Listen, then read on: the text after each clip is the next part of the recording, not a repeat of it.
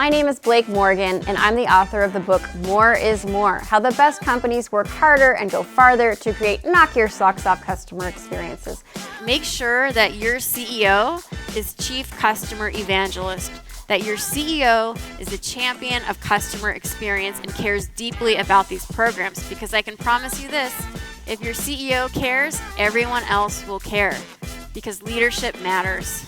Airbnb has this awesome and strange and hilarious approach to listening to its people. They actually noticed through this Culture Amp survey that their culture was struggling, that they found out that their employees didn't feel that great about work. And so Joe Gebbia, one of the founders, said, you know what? Let's do something different. I have this idea. Clearly this guy is creative. He says, I have this idea. It's called elephants, dead fish, and vomit. Yeah. And he says, this is what we're going to bring into our global bi-monthly meetings, where we have time where we can just hear what our employees think. So elephants are the big things in the room that nobody wants to talk about. Dead fish are the things that happened a few years ago that no one can get rid of, that we just can't get over. And vomit is just that stuff that we all need to just get off our chest. Elephants, dead fish, and vomit. And this has really helped them, actually. Everybody talks. Nobody listens. And that is why I love customer service, because it's actually in the listening that the value is presented to the customer. It's not in the talking.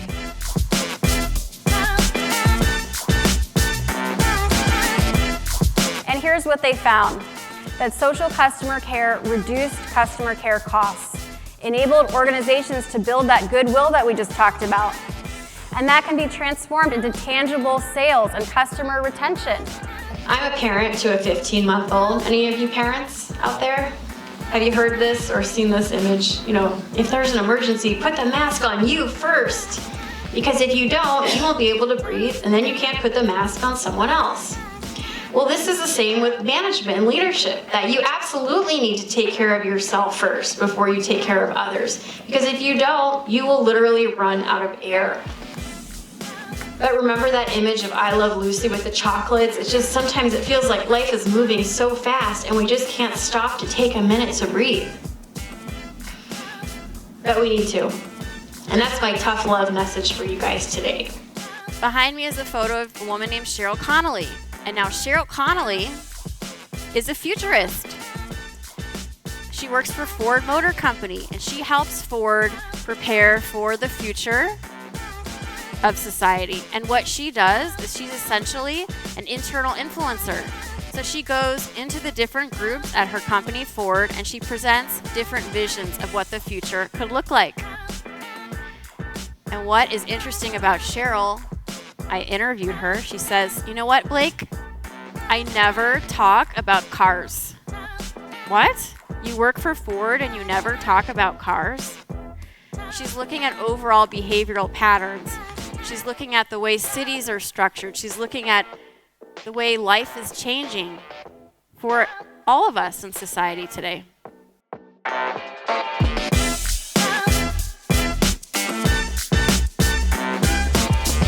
That it's the contact center's time to shine because of social media.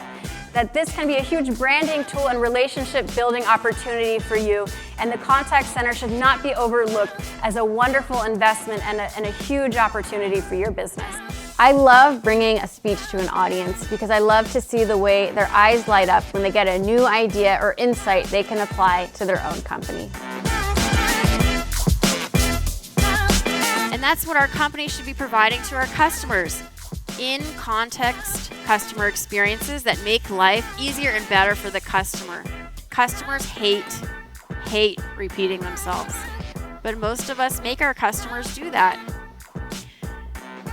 For example, you should know if your customer is in your app when they call your call center. That's an in-context customer experience. We should truly know where our customers are at all times. They don't take the product and go home and disappear into a hole. No, they don't. They're becoming experts with the products. They're engaging on social media around the products, whether we know it or not.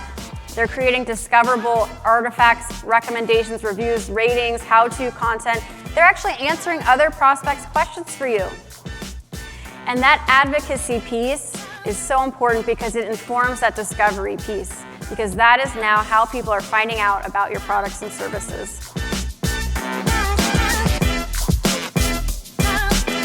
We could turn off the lights in my house from our phone just in case we wanted to freak out the nanny. We could turn the lights on and off a few times just to let her know that we're thinking of her. In fact, last year, there was some research done. 75% of companies said that their number one priority was to improve customer experience. So basically, every brand under the sun knows that customer experience is the only way that they're going to differentiate their product or service. Because let's face it, so many of our products and services are largely the same. We know that in our own lives that customer service is marketing. That if we have a poor interaction with a brand after they've swiped our credit card, it's likely that we're not going to shop with them again. We're going to tell our friends, we're going to tell our family, we're going to post on Amazon, Yelp, don't do business with this company. But in contrast, when we have a great experience, we remember it. We want to tell everyone, oh, you have to shop with this brand. They're amazing. They do something different. Here's what they do. That's what you want your customers to say about you as well.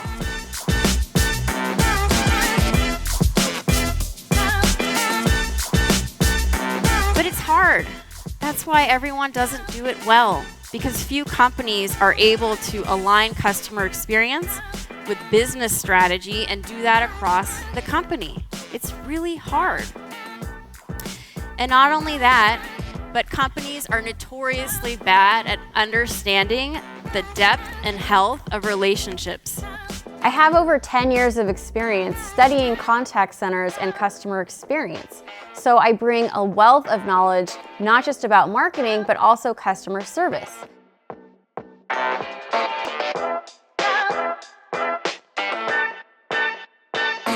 Because customers desire experiences that they don't even know exist. But more than anything, do you know what is the number one thing that customers want? They want you to make their life easier and better.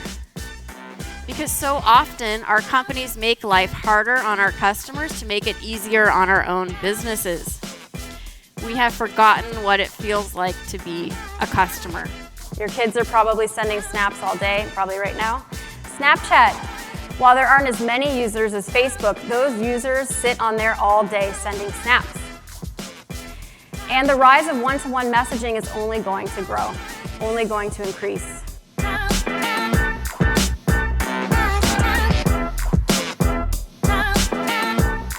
And transformational growth is what we see from Amazon, where they're continuing to push the envelope and enter new businesses, products, and services that are totally unrelated to what they currently do. So listen, 70, 20, 10. This isn't good enough anymore.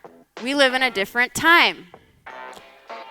Today, you need to be spending 70% of your time on disruption, on transformational growth, on how are you going to thrive 10 or 20 years from now. Only spend 10% on running your business. If you are spending more than 10% of your time simply running your business, you have got a problem. That business should be run easily. It should be automated at this point. Most of your time needs to be spent on growth, on innovation. I served as a practitioner working at Fortune 100 company Intel as a social customer service executive, and that provided unique insights you just can't get anywhere else. When you're in love, you have a little pep in your step, right? You've got a little smile. Everything is just a pleasure. Oh, going to the DMV, it's a pleasure, no problem. So can you imagine if every employee at your company felt like they were literally in love building for your customer? And that's really the premise of customer service and customer experience. It's about taking care of people who you are building relationships with. But artificial intelligence has so much potential. It promises to help us scale our interactions in a way that we've never had before. And artificial intelligence can take care of mundane customer and business needs so we can focus on those high-touch customer experiences.